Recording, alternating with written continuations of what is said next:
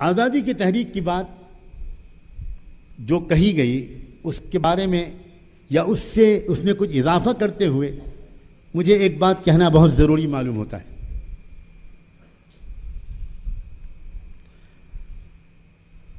اس ملک میں کچھ لوگ تھے جو بھارت کے برہمن واد سے لڑ رہے تھے،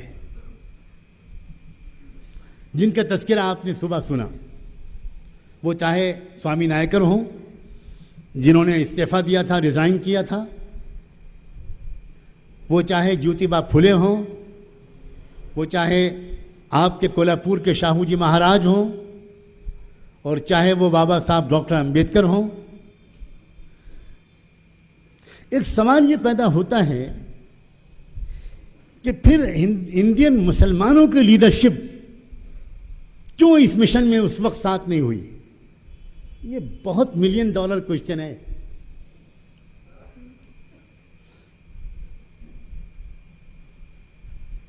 اس کا جواب دینا ہماری ذمہ داری ہے. اس کا جواب دینا وامن میشرام کی ذمہ داری نہیں ہے. اس کا جواب دینا ہماری ذمہ داری ہے. اور میں نے اس سے پہلے ایک بہت بڑے اجلاس میں یہ جواب دیا تھا کہ بھارت کے مسلمان انٹرنیشنل برہمنواد سے لڑنے میں مصروف تھے. آپ لڑ رہے تھے ایک دیش کے برہمنواد سے، اس لیے کہ آپ پیڑت تھے اس دیش کے برہمنواد سے. اور مسلمان لڑ رہے تھے زیونزم سے، مسلمان لڑ رہے تھے انگریزوں سے، مسلمان لڑ رہے تھے برٹش گورنمنٹ سے، مسلمان قائم کر رہے تھے تحریک خلافت. اور یہ وہی لوگ تھے جو پوری دنیا میں برہمنواد پھیلائے ہوئے تھے. تو بہت بڑے انٹرنیشنل اسٹیج پر پوری دنیا کے مسلمان اور بھارت کے مسلمان ان کی قیادت کر رہے تھے. تحریک خلافت عالمی برہمنواد کے خلاف چلنے والی سب سے طاقتور تحریک کا نام تھا، اور یہ تحریک خلافت بھارت میں چلی، بھارت میں قائم ہوئی تھی. اور اب تو آپ ہی بتا رہے ہیں پورے دیش کو کہ ڈی این اے کے ذریعے سائنٹیفک ریسرچ سے یہ بات ثابت ہو چکی ہے کہ یہودیوں کا برہمنوں کا ڈی این اے ایک ہے. تو اس کا کیا مطلب ہوا؟ یہ بات جو ڈی این اے والے ریسرچ کے علم میں آنے سے پہلے میں 15-20 سال پہلے یہ بات لکھ چکا ہوں، 15-20 سال پہلے سے یہ بات کہتا رہا ہوں کہ مسلمانوں کو کسی کمپلیکس میں مبتلا ہونے کی ضرورت نہیں ہے. یہ دراصل ایک ڈسٹریبیوشن آف ورک تھا. آپ یہاں پر اس دیش کے برہمنواد سے مقابلہ کر رہے تھے، اور بھارت کے عظیم مسلمان رہنما وہ پورے عالم اسلام نہیں، عالم انسانیت کے برہمنواد کا مقابلہ کر رہے تھے. کالا پانی کی جیل کن لوگوں سے بھری ہوئی تھی؟ بالا کوٹ کے میدان سے لے کر شاملی کے میدان تک 100 سال کی جو تحریک علماء نے اپنے خون سے لکھی ہے وہ کیا تھی؟ وہ عالمی برہمنواد کے خلاف ان کی زبردست جدوجہد کا نتیجہ تھی. ہمیں سمجھنا چاہیے. جہاں بھی ایک زبردست چال چلی گئی، اور ہمیں ماننا چاہیے کہ ہم مسلمان اس چال کو سمجھ نہ سکے. تحریک خلافت شروع کی علماء نے، تحریک خلافت شروع کی مولانا عبد الباری فرنگی محلی نے، تحریک خلافت شروع کی شیخ الہند حضرت مولانا محمود حسن دیوبندی نے، تحریک خلافت شروع کی مولانا محمد علی اور شوکت علی نے، محمد علی جوہر نے. اور اس ملک میں تحریک خلافت نے ایک عجیب آگ لگا دی تھی. افسوس کیا ہے، ہم ڈاکٹر امبیڈکر اور جیوتیبا پھولے اور سوامی نائکر کی تحریکوں اور عظیم خدمتوں سے ہم مسلمان واقف نہیں ہیں، اور تحریک خلافت کے عظیم قائدین کی قربانیوں سے یہ لوگ واقف نہیں ہیں. اس کی وجہ یہ ہے کہ تحریک خلافت کے بارے میں جو کچھ بھی لکھا گیا وہ صرف اردو میں لکھا گیا، وہ لکھا ہی نہیں گیا انگلش میں اور ہندی میں تاکہ یہ لوگ پڑھ سکیں. اور آج کے اس اجلاس میں خدا کرے میں یہ تجویز پیش کرتا ہوں، یہ جو آج ہسٹری کا ایک back ground, historical back ground آپ کو سننے کو ملا، 1848 سے شروع ہو کر، اور پھر 1885، پھر 1914 میں کسی کا آنا اور مسٹر سے مہاتما بن جانا. چمتکار ہوتے ہیں نا بھارت میں کہ رات میں کچھ اور صبح کچھ. تو رات میں تو سوٹ اور ٹائی، اور صبح کو 2-2.5 فٹ کی ایک دھوتی. تو یہ بھی ایک عجیب و غریب ناٹک ہے, عجیب و غریب تماشا ہوا ہے ہمارے ملک میں. تو یہ جو ہسٹوریکل بیک گراؤنڈ ہے, جس طرح ہم اس سے واقف نہیں ہیں, اسی طرح تحریک خلافت کے سلسلے میں جو تماشا ہوا اس سے ہم بھی واقف نہیں ہیں اور ہمارے یہ دوست بھی واقف نہیں ہیں. خدا کرے کہ کچھ ایسی ہماری اور ان کی مشترکہ کوشش ہو کہ بھارت کی صحیح تاریخ لکھی جائے. میں یہ پروجیکٹ اٹھانے کو کہتا ہوں کہ بھارت کی ایک صحیح ہسٹری لکھنا ہماری اور ان کی کامن ذمہ داری ہے. اور میں امید کرتا ہوں کہ سب سے پہلے ہمارے دینی مدرسے اس صحیح ہسٹری کو پڑھانے کے لیے اپنے کورس میں اس کو شامل کریں گے. ہم کیوں نہیں پڑھا رہے ہیں اس ہسٹری کو؟ اس لیے کہ یہ ہسٹری جھوٹی ہے اور ہم جھوٹ کو نہیں پڑھانا چاہتے اپنے بچوں کو. ہم اس لیے ہسٹری کو اپنے کورس سے خارج نہیں کیے ہوئے ہیں کہ ہم ہسٹری کی اہمیت سے واقف نہیں ہیں. ہم جانتے ہیں کہ ہسٹری بہت اہم سبجیکٹ ہے. قرآن کے بہت اہم ٹاپکس اور سبجیکٹس میں ایک اہم سبجیکٹ انسانی تاریخ کی ہسٹری کا خلاصہ ہے. ہسٹری بہت اہم چیز ہے, لیکن ہم اپنے مدرسوں میں یہ ہسٹری اس لیے نہیں پڑھاتے کہ اتنا ہم جانتے ہیں کہ یہ ہسٹری جھوٹی ہے. یہ بالکل جھوٹ ہے کہ بابر نے کوئی مندر توڑ کر مسجد بنائی تھی. یہ بالکل جھوٹ ہے کہ اورنگزیب نے اتنے مندر توڑے تھے. یہ بالکل جھوٹ ہے, یہ 100% جھوٹ ہے. ہم اس جھوٹی ہسٹری کو اپنے یہاں نہیں پڑھانا چاہتے, لیکن صرف اس سے کام نہیں چلے گا کہ جھوٹی ہسٹری نہ پڑھائی جائے. ضروری یہ ہے کہ سچی ہسٹری پڑھائی جائے, اور سچی ہسٹری مکمل تب ہوگی جب ہم اور یہ مل کر لکھیں گے. کیونکہ ہسٹری کا کچھ چیپٹر وہ ہیں جن کو ہم نہیں جانتے, اور ہسٹری کے کچھ چیپٹر وہ ہیں جن کو یہ نہیں جانتے. اب انہیں کیا معلوم کہ تحریک خلافت کے سلسلے میں کیا ہوا؟ میں بتانا چاہتا ہوں, اور اس سلسلے میں ان کو انشاءاللہ میں میٹیریل دوں گا. تحریک خلافت کے سلسلے میں کیا ہوا؟ تحریک خلافت نے اس ملک میں آگ لگا دی اور عجیب ایک طوفان مچ گیا. گلی گلی شور تھا. بولی اماں محمد علی کی جان بیٹا خلافت پہ دے دو. مولانا محمد علی جوہر کی ماں نے اپنے بیٹے کو وصیت کی تھی, بولی اماں محمد علی کی جان بیٹا خلافت پہ دے دو. بھارت کی ہر گلی میں یہ نعرہ لگ رہا تھا, اور یہ نعرہ لگانے والے لاکھوں کی تعداد میں مسلمان تھے, اور لاکھوں کی تعداد میں ڈنکے کی چوٹ پر آج میں کہتا ہوں ایس سی اور ایس ٹی اور بیکورڈ سماج کے لاکھوں اور کروڑوں لوگ تھے جو یہی نعرے لگا رہے تھے, اور مسجدوں میں آ کر وہ نعرے لگاتے تھے. میں آپ کو اس کا پروف دوں گا. مولانا آزاد کے مضمونوں میں اس کی تصویریں موجود ہیں. جامع مسجد میں نہ جانے کتنے ہزاروں ایس سی ایس ٹی کے لوگوں نے کھڑے ہو کر دلی کی جامع مسجد میں یہ نعرہ لگایا تھا کہ بولی اماں محمد علی کی جان بیٹا خلافت پہ دے دو. جب یہ منظر سامنے آیا, اس شوشت سماج کا آپس کے یہ اتحاد سامنے آیا, تو چونک گیا وہ چونکنے والا. اس نے کہا کہ اگر یہ لوگ آپس میں اس طرح شیر و شکر ہو گئے تو ہمارا ہزاروں سال کا جو ویستہ ہے وہ ٹوٹ جائے گی. اور پھر اس کے بعد پھر کیا ہوگا؟ یہ چمن معمور ہوگا نغمے توحید سے. ان کو لگ گیا کہ آئندہ ہونے کیا والا ہے. چنانچہ آپ عجیب و غریب ذہانت کی داد دیجئے, گاندھی جی کی ذہانت کی داد دیجئے. خدا اس عقل کا کوئی حصہ تقسیم کر دے. بڑی خطرناک دماغ تھا, بہت خطرناک دماغ تھا. اللہ جانے ابلیس کی ضرورت بھی رہ گئی تھی کہ نہیں رہ گئی تھی.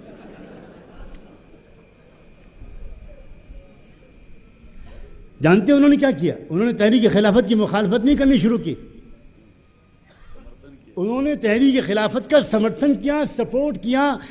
بمبئی کے پورٹ پر جا کر شیخ الہند کا استقبال کیا اور تحریک خلافت کے نعرے لگائے اور کہا ہم سب تحریک خلافت کے ساتھ ہیں اور خلافت ترکی میں قائم ہونی چاہیے, اور ہم سب اپنی تمام آندولن واپس لیتے ہیں اور ہم سب تحریک خلافت میں حصہ لیتے ہیں.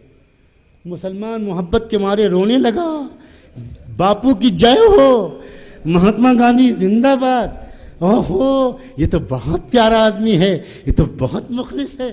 گاندھی اور خلافت, لوگ حیران رہ گئے. اور آپ کو حیرت ہوگی, قرآن کی آیتیں پڑھتے تھے گاندھی جی, سوامی شدانند نے جامع مسجد کے ممبر پر کھڑے ہو کر خلافت کی تقریریں کی، سورہ نور کی آیتیں پڑھتے تھے وہ لوگ، وعد اللہ الذین آمنوا منکم وعملوا الصالحات لیستخلفنہم فی الارض۔ مسلمان کو قرآن کی آیتیں یاد نہیں تھیں، اور گاندھی اور ان کے چیلوں کو پورا قرآن بھی اگر یاد کرنا پڑتا تو اس کے لیے وہ تیار تھے۔ اب مسلمان بیچارہ بھولا بھالا، مسلمان، یہ بتا دوں کہ مسلمان پتہ نہیں کیوں اس کے دل میں اتنے بھولاپن کیوں ہے۔ آپس میں یہ بھولے نہیں ہیں، آپس میں تو ہر ایک دوسرے سے بہت چوکنا رہتا ہے۔ ہر مدرسے کا استاد محتمم سے چوکنا رہتا ہے، اور محتمم صدر سے چوکنا رہتا ہے، اور امام متولی سے چوکنا رہتا ہے، اور یہاں تک کہ ساس اپنی بہو سے چوکنا رہتی ہے۔ آپس میں سب بہت چالاک ہیں، لیکن خدا جانے یہ کیا پھٹکار ہے، یہ ہنسنے کی بات نہیں ہے، رونے کی بات ہے۔ جب ہماری اجتماعی تحریک کا مسئلہ آتا ہے، جب ہماری امت کے اجتماعی مشن کا مسئلہ آتا ہے، تو ہم انتہائی بھولے اور بیوقوف بن جاتے ہیں۔ صاف لفظوں میں آپ سے کہہ رہا ہوں، ہم بار بار دھوکے میں آتے ہیں۔ کوئی لیڈر، آج کل کی سیاسی پارٹیوں کا کوئی لیڈر آ کر تقریر کرتا ہے الیکشن میں، مسلمانوں چنتا مت کرو، ہم تمہاری سرکشا کے لیے کافی ہیں، اور فوراً نعرہ لگانا شروع ہوتا ہے، اور فلاں یادو زندہ باد، اور فلاں زندہ باد، اور فلاں زندہ باد۔ حالانکہ وہ جب یہ کہہ رہا ہوتا ہے کہ چنتا مت کرو، ہم تمہاری سرکشا کے لیے موجود ہیں، وہ کہہ یہ رہا ہوتا ہے تم چوڑیاں پہن لو، کچھ مت کرنا، ہمیں کرنے دو جو کرنا ہے، وہ یہ کہہ رہا ہوتا ہے۔ لیکن آپ اس کی بات کا ترجمہ نہیں سمجھتے، آپ سیاسی لیڈروں کی بات کو سمجھنے کی صلاحیت ہی کھو بیٹھے ہیں آپ۔ چنانچہ خلافت تحریک کے جب قیادت شروع ہوئی تو مسلمانوں نے کیا کیا؟ مسلمانوں نے سوچا کہ بھئی اب تو سچی بات، یہ مہاتما، یہ آندولن، خلافت آندولن جو ہے، اس کی لیڈرشپ آپ ہی سنبھالیے، آپ آگے آئیں گے تو بھارت پورا ساتھ میں آ جائے گا، ہم لوگ پیچھے پیچھے آپ کے چلیں گے، آپ آگے آ جائیے۔ گاندھی جی کی چال کامیاب ہو گئی، تحریک کی قیادت ان کے ہاتھ میں دے دی۔ اور پھر کیا ہوا؟ بڑی المناک داستان ہے۔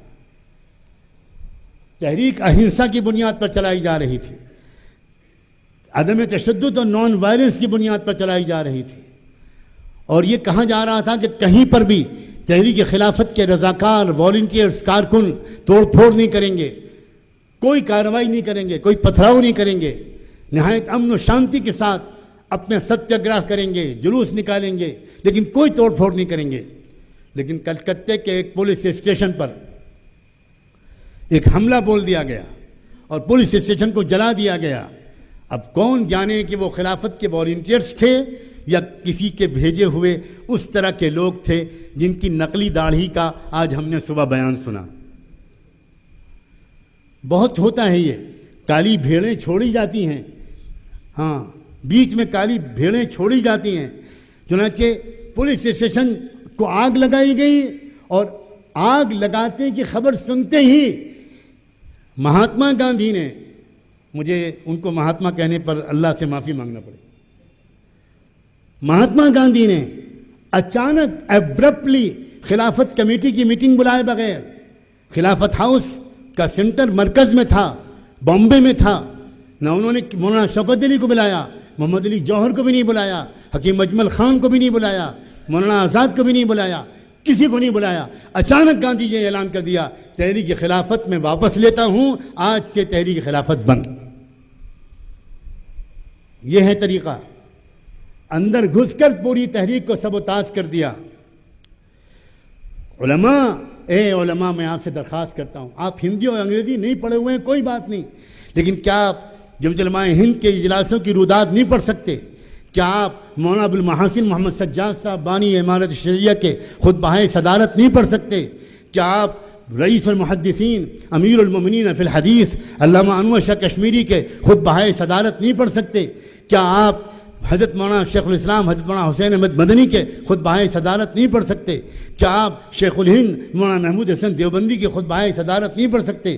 کیا آپ اس زمانے کے اخبار ہمدرد، زمزم، خلافت اور زمیندار، ان کی فائلوں کو نہیں پڑھ سکتے؟ اس میں یہ سارا ریکارڈ موجود ہے۔ انہوں نے ایبرپٹلی ایک دم سے تحریک خلافت کو ختم کر دیا، سناٹا چھا گیا ملک میں۔ اور جب مسلمان لیڈروں نے گاندھی جی سے بات کرنی چاہی تو گاندھی جی کی ایک ترکیب اور تھی، وہ کرتے یہ تھے کہ جب کوئی مسلم لیڈر یا کوئی بات کرنے آتا تھا اور وہ چاہتے تھے کہ بات نہ کروں تو گاندھی جی مون برت رکھ لیتے تھے، اور ان کے سیکریٹری، چاہے وہ ونوبا بھاوے ہوں چاہے اور کوئی صاحب ہوں، ان کے سیکریٹری آنے والے مہمانوں سے کہتے تھے کہ مہاتما جی کا مون برت ہے، آپ کی بات سن تو لیں گے مگر وہ بول نہیں سکتے۔ اللہ جانے اسپیشل جہنم تیار کرنی پڑے گی اللہ میاں، عام جہنم سے کام نہیں چلے گا۔ مون برت ہمیشہ ایسے موقع پر رکھا ہے، اور یہ میرے بچپن کا واقعہ ہے، میرے بچپن کا ایک واقعہ ہے، یہ نہیں کہ میرے پیدائش سے پہلے کا واقعہ ہو۔ جب جمشید پور راول کیلا کے فسادات ہوئے آزادی کے بعد پہلی مرتبہ بہت بڑے پیمانے پر 1960s میں، پہلے 56 میں ایک دور چلا اور اس کے بعد 60s میں ایک دور چلا، اور اس وقت بے چین ہو گئے میرے والد ماجد اور حضرت مولانا سید ابو الحسن علی ندوی، اور یہ دو لوگ بے چین ہو کر اور یہ نکلے کہ بھئی کیا کریں، یہ کیا ہو رہا ہے، مسلمانوں کو گاجر مولی کی طرح کاٹا جا رہا ہے اور کانگریس کی حکومت میں کاٹا جا رہا ہے، اور کانگریس کے تمام لیڈر بڑے بڑے مہاتما اور گرو سب چپ سادے بیٹھے ہیں، ہمیں جانا چاہیے، ان سے بات کرنی چاہیے۔ تو یہ لوگ سب سے پہلے جے پرکاش نارائن جی کے پاس گئے۔ یہ پورا واقعہ والد صاحب نے لکھا ہے، چھپا ہوا موجود ہے۔ جے پرکاش نارائن کے پاس گئے اور جے پرکاش نارائن سے ان دونوں بزرگوں نے کہا کہ آپ تو گاندھی جی کے قریبی ساتھیوں میں ہیں اور یہ کیا ہو رہا ہے ہمارے ملک میں، آپ لوگ چپ سادے بیٹھے ہیں۔ تو جے پرکاش نارائن نے یہ کہا کہ میرے سطح کے مسئلہ حل نہیں ہوگا، آپ لوگ گرو جی سے ملیں، یعنی ونوبا بھاوے جی سے ملیں جو سینئر موسٹ گاندھین ہیں، آپ لوگ ان کے پاس جائیں۔ چنانچہ ونوبا بھاوے جی سے ٹائم لیا گیا، وہ ناگپور میں رہتے تھے، ان سے جا کر یہ دونوں حضرات ملے، اپائنٹمنٹ پہلے سے طے تھا، دن تاریخ سمے طے تھا، اور یہ لوگ اسی دن تاریخ اور سمے پر پہنچے، لیکن وہاں پہنچے تو پتہ چلا ونوبا بھاوے جی آپ کی بات سن تو لیں گے مگر بول نہیں سکیں گے، اس لیے کہ مون برت رکھا ہوا۔ یہ تماشے ہوئے ہیں۔ چنانچہ خلافت تحریک ختم ہوئی، اور خلافت تحریک کے ساتھ ساتھ اس ملک کو حقیقی اور مکمل آزادی دلانے کی جو تحریک مسلمانوں کی لیڈرشپ میں چل رہی تھی وہ بھی ختم ہو گئی، اور اگلے کئی سال تک گاندھی جی نے بالکل چپ سادھ لیا۔ کئی سال کے بعد اچانک جب جمعیت علماء ہند نے یہ دیکھ کر کہ سناٹا ہو گیا اور انہوں نے پہل کی اور کوئٹ انڈیا موومنٹ چلانے کا فیصلہ کیا، ترک موالات کا فتویٰ دیا، مسلمان علماء نے انگریزوں کے ساتھ عدم تعاون کا فتویٰ دیا، اور اس تحریک میں انہی ایس سی ایس ٹی اور عام لوگوں کو ساتھ لے کر چلنے کا جب انہوں نے آگے قدم بڑھانے کا اعلان کیا تو اس وقت اچانک اب گاندھی جی نے کانگریس نے پرستاو رکھ کر آزادی کا آندولن شروع کروایا۔ اب آزادی کی آندولن جو چل رہا تھا تحریک آزادی، یہ وہ تحریک آزادی تھی جس کا آپ نے صبح تعارف سنا۔ یہ دراصل ملک کی آزادی کی تحریک نہیں تھی، یہ ایک مخصوص طبقے کی آزادی کی تحریک تھی۔ ملک کی آزادی کی تحریک جو پہلے چل رہی تھی اس کو سبوتاژ کیا گیا، اور ایک مخصوص طبقے کی آزادی کی تحریک کو ایک خاص انداز سے آگے لے کر چلا گیا، اور اس میں بہت سے لوگ دھوکے میں آئے، اور کیا کیا اس کا نتیجہ ہوا۔ یہ وہ ہسٹوریکل بیک گراؤنڈ کو مکمل کرنے کے لیے میں نے بات کہی ہے جو صبح بات آئی تھی۔ سچی بات یہ ہے ہماری ہسٹری کی معلومات بھی کم ہیں اور ہمارے ان دوستوں کی معلومات بھی ادھوری ہیں۔ کچھ معلومات ہمارے پاس ہیں، کچھ معلومات ان کے پاس ہیں۔ جب تک یہ معلومات ملیں گی نہیں، بھارت کی صحیح ہسٹری سامنے نہیں آ پائے۔ بہت لمبی اکیڈمک، فلاسفیکل، آئیڈیالوجیکل، نظریاتی، انصاف پر مبنی، دلائل پر مبنی، حکمت اور ہمت کے ساتھ یہ کی جانے والی ایک جد و جہد ہے۔ جو سچی بات یہ ہے کسی سے نفرت، کسی سے بدلے کی بھاونا، کسی سے انتقام کے جذبے سے ہرگز نہیں چلائی جانی چاہیے۔ اور کوئی اگر وہ کوئی زبان بولتا ہے تو اس کو اپنی زبان بولنے کا اختیار ہے، لیکن ہمیں اپنی زبانوں کو اس طرح چلانا ہے، ہمیں وہ زبان بولنا ہے جو قرآن نے ہم کو سکھائی ہے، وہ زبان بولنا ہے جو رحمت دو عالم نے ہم کو سکھائی، اور اس کی ہم کو ٹریننگ لینے کی ضرورت پڑے گی، اس کو ہم کو تربیت لینے کی ضرورت پڑے گی۔ آخری بات، ہماری اندر کی جو خرابیاں ہیں ان خرابیوں سے ہم کو سب سے زیادہ نقصان پہنچتا ہے۔ باہر کی سازشیں کامیاب تب ہوتی ہیں جب ہمارے اندر خرابیاں ہوتی ہیں۔ میں اکثر یہ جملہ بولا کرتا ہوں، آپ کے سامنے یہ جملہ اس لیے بول رہا ہوں کہ آپ اس زبان کو زیادہ آسانی سے سمجھ سکیں گے۔ آپ ہی میرے مخاطب ہیں اور کوئی میرا مخاطب نہیں ہے۔ میں کہا کرتا ہوں، نفاق کی مدد کے بغیر کفر کبھی کامیاب نہیں ہو سکتا۔ اصل مسئلہ ہمارا نفاق ہے۔ آپ بتائیے، ہر الیکشن کے موقع پر 2، 4، 5، 6 مسلمان امیدوار کھڑے کیے جاتے ہیں کہ نہیں؟ وہ جو 2، 4، 5، 6 امیدوار کھڑے ہوتے ہیں ان سب کو یقین ہوتا ہے کہ میں جیتوں گا نہیں، لیکن وہ کھڑے کیے جاتے ہیں دراصل کسی کو جتانے کے لیے، باقی سب کو ہرانے کے لیے۔ تو یہ جو ہمارے درمیان ہزاروں کی تعداد میں بکاؤ مال موجود ہے، جب تک ہم اس کا بائیکاٹ نہیں کریں گے، جب تک ہم اپنے اندر سے اس نفاق کو نہیں نکالیں گے، جب تک ہم اپنے مفاد پرستی سے کی سطح سے اوپر نہیں اٹھیں گے، ہماری مصیبت یہ ہے کہ اکثر پولیٹیکل میدان میں کام کرنے والے لوگ، خدا کرے کہ میرا یہ گمان غلط ہو، وہ اپنے پرسنل انٹرسٹ کے لیے کام کرتے ہیں، وہ قوم کی ترقی کے لیے کام نہیں کرتے۔ اور اس کی اللہ کرے کہ درستگی اس طرح ہو کہ جو لوگ اخلاص کی تربیت لیتے ہیں، جو لوگ اللہ کے راستوں میں نکلتے ہیں، جو لوگ علماء اور صالحین کے پاس جاتے ہیں، جو قال اللہ اور قال الرسول کے زیر سایہ پروان چڑھتے ہیں، جو صبح و شام کے معمولات پورے کرتے ہیں، جن کی دعا اور ذوق عبادت قابل رشک ہوتا ہے، مجھے یہ دیکھ کر دکھ ہوتا ہے کہ جو لوگ روحانی تربیت پاتے ہیں وہ ان میدانوں میں کام نہیں کرتے، اور جو لوگ ان میدانوں میں کام کرتے ہیں ان کی تربیت نہیں ہوئی ہوتی، اور یہی ادھورا پن ہے جو ہم کو اس بربادی تک پہنچائے ہوئے۔ جس رسول کے ہم ماننے والے ہیں اس رسول کی پوری زندگی کے اتباع کا ہم کو حوصلہ اپنے اندر لانا ہوگا۔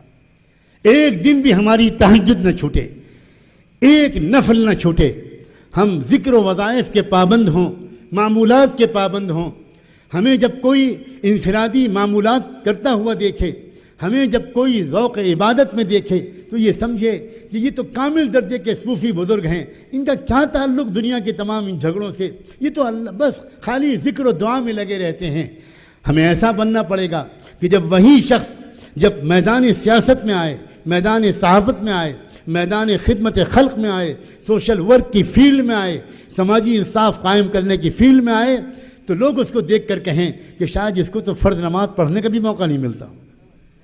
یہ جامعیت ہمارے اندر ہونی چاہیے، اور جب تک یہ جامعیت ہمارے اندر نہیں ہوگی اور کوئی کامیاب ہو سکتا ہے، امت رسول کامیاب نہیں ہوگی، امت رسول کامیاب نہیں ہوگی۔ خاص ہے ترکیب میں قوم رسول ہاشمی، اس کی جمعیت کو نہ کر اقوام مغرب پر قیاس، اس کی جمعیت کو نہ کر اقوام مغرب پر قیاس۔ خاص ہے ترکیب میں قوم رسول ہاشمی، ہماری ترقی کے ضابطے الگ ہیں۔ ہمیں درکفے زندان درکفے جامع شریعت اور درکفے زندان عشق، ہمیں دونوں کام سنبھالنا ہوگا۔ خاک کی آغوش میں تسبیح و مناجات بھی کرنی ہوگی، اور وسعت افلاک میں تکبیر مسلسل کو بھی ہم کو اختیار کرنا ہوگا۔ ہمیں ہمارے اکابر اسی طرح کی جامعیت والے لوگ تھے۔ کیا آپ نے کیوں نہیں غور کیا؟ حاجی امداد اللہ مہاجر مکی رحمۃ اللہ علیہ، حکیم الامت حضرت اقدس مولانا اشرف علی تھانوی رحمۃ اللہ علیہ، مولانا نور محمد جھنجھانوی رحمۃ اللہ علیہ، مولانا رشید احمد گنگوہی رحمۃ اللہ علیہ، اتنے عظیم مدرسہ و خانقاہ کے عظیم لوگ تھے. کیا یہی لوگ نہیں تھے جنہوں نے شاملی کے میدان میں انگریز فوج کے چھکے چھڑا دیے تھے؟ کیا آج بھی خانقاہ امدادیہ تھانہ بھون کی دیواروں پر انگریزوں کی فوجوں کے توپوں کے گولوں کے نشان آج بھی موجود نہیں ہیں؟ ہم ہیں جن بزرگوں کے نام لیتے ہیں، لیکن ہم صرف نام لیتے ہیں، ہم ان بزرگوں کی بلندی تک سوچنے کی ہمت بھی نہیں کرتے. ہم جانتے ہی نہیں اپنے بزرگوں کو. ہم سمجھتے ہیں کہ یہ بزرگ خالی مدرسہ و خانقاہ کے لوگ تھے. افسوس، اس کی وجہ سے بہت سے لوگ غلط فہمی میں مبتلا ہیں. بہت سے لوگ یہ سمجھتے ہیں کہ یہ اکابر علماء اسلام کو مکمل نظام حیات نہیں سمجھتے تھے، اسلام کو مکمل نظام زندگی نہیں سمجھتے تھے. جن لوگوں نے براہ راست ان بزرگوں کو نہ دیکھا، نہ ان کی لائف ہسٹری پڑھی، نہ ان کے کارناموں کو پڑھا، وہ غلط فہمی میں مبتلا ہیں. لیکن مدارس کے علماء، ان کے لیے کیا جواز ہے کہ وہ غلط فہمی میں مبتلا ہوں؟ کون تھے مجدد الفسانی رحمۃ اللہ علیہ؟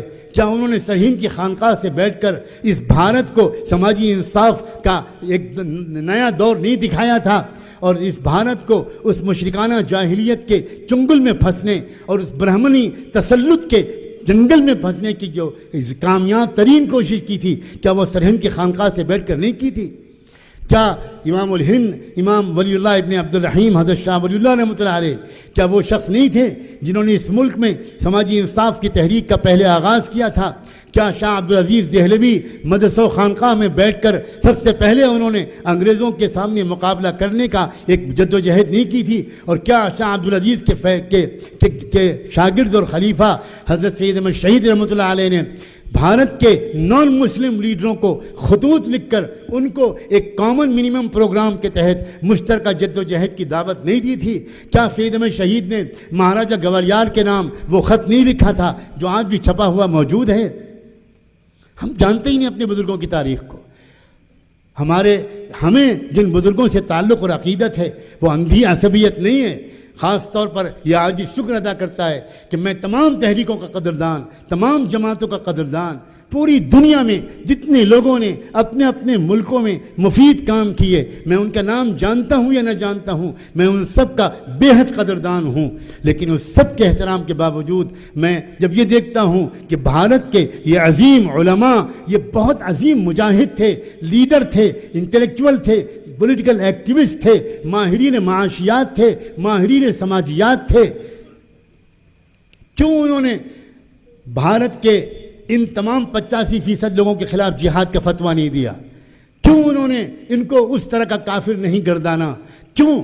میں سوال اٹھانا چاہتا ہوں، کیوں سید احمد شہید رحمۃ اللہ علیہ نے ان کو ساتھ میں لے کر اس برہمن واد سے لڑنے کے لیے، انگریزوں سے جہاد کے لیے انہوں نے میدان میں قدم اٹھانے کی ہمت کی؟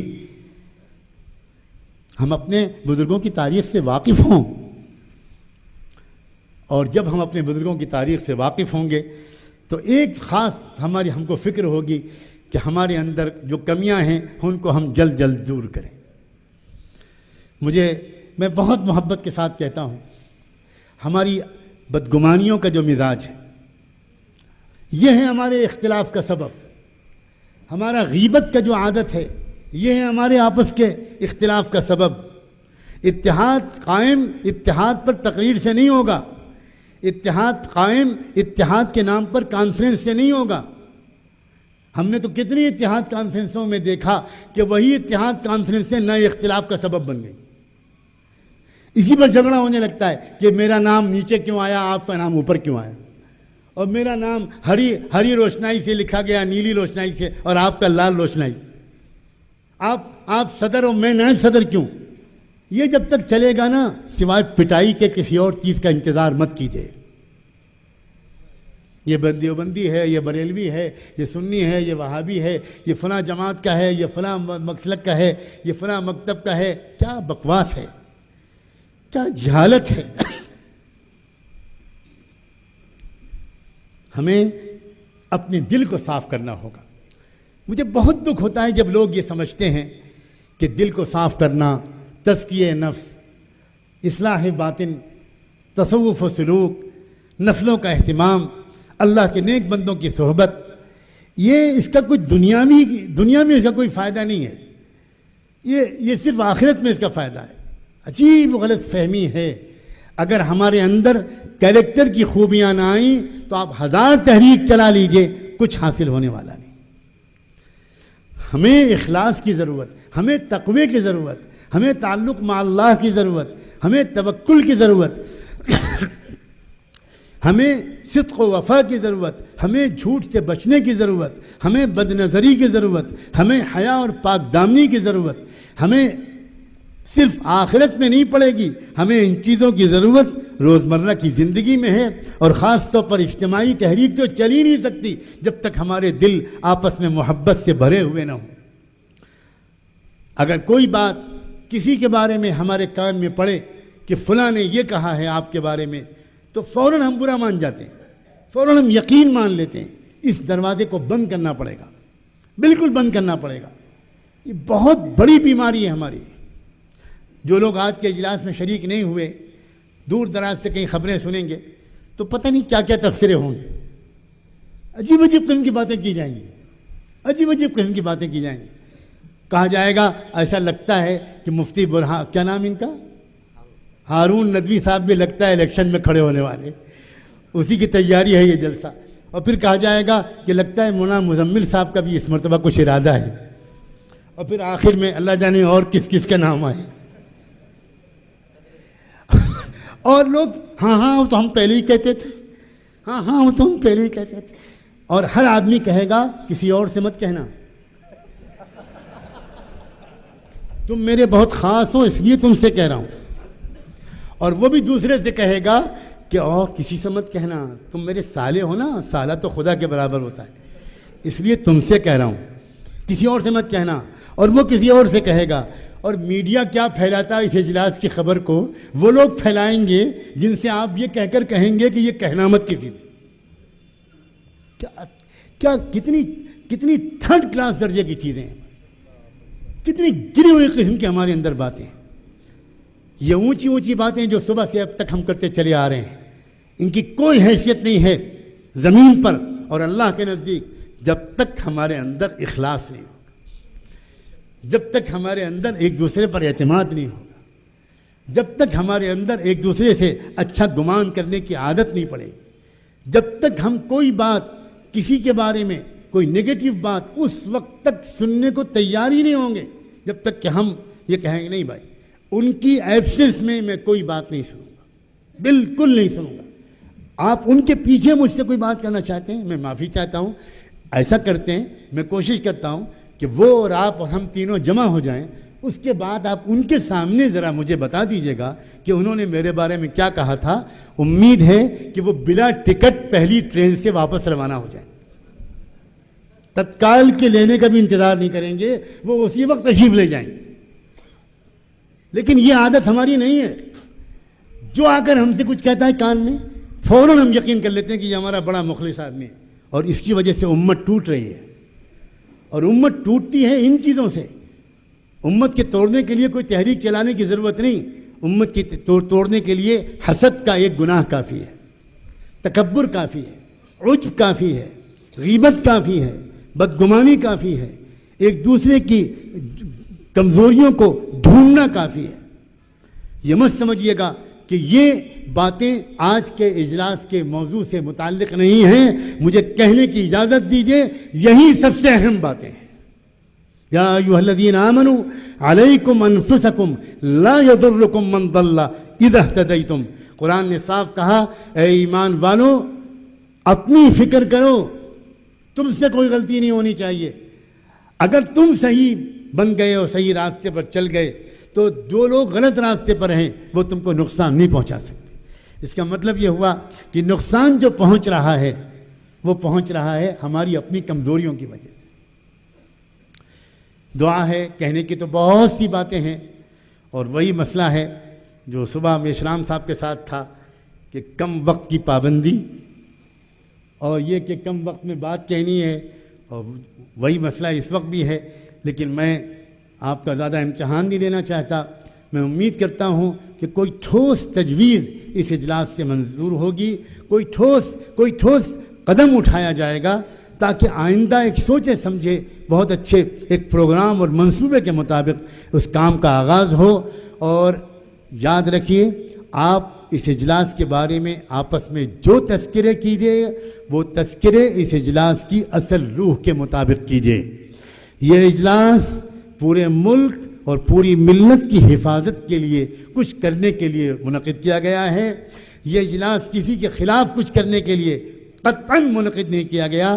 یہ 100% ایک مثبت پروگرام لے کر پورے ملک کے لیے، ملک میں سب آ گئے بلا کسی بھید بھاؤ، بلا کسی تفریق کے، سب کی ہر پہلو سے ترقی کے لیے ایک سوچے سمجھے پروگرام کے مطابق آگے بڑھنے کا، اور جو اپنی ہم خیال تنظیمیں ہیں ان کا اشتراک و تعاون لیتے ہوئے آگے بڑھنے کا ایک منصوبہ شاید اس اجلاس کے منعقد کرنے والوں کے ذہن میں رہا۔ میں بہت مبارکباد دیتا ہوں ان تمام لوگوں کو جنہوں نے اتنے کم مدت میں ایسا پرسکون، ڈسپلن، باوقار اور بامقصد اجلاس منعقد کیا، اور صبح سے لے کر شام تک انتہائی بامقصد انداز سے یہاں باتیں اور کہی گئیں اور سنی گئیں۔ اب وقت آیا ہے عمل کا۔ دعا ہے کہ ہم اس کسوٹی پر بھی کھرے اتریں اور ہم کچھ ایسا ایک مسلسل کچھ عملی کارروائی کر سکیں جس کی ہم کو اور اس ملک کے ایک ایک فرد کو، ملت کے ایک ایک فرد کو ضرورت ہے۔ امید ہے کہ یہ قافلہ آگے بڑھے گا۔ وآخر دعوانا ان الحمد للہ رب العالمین۔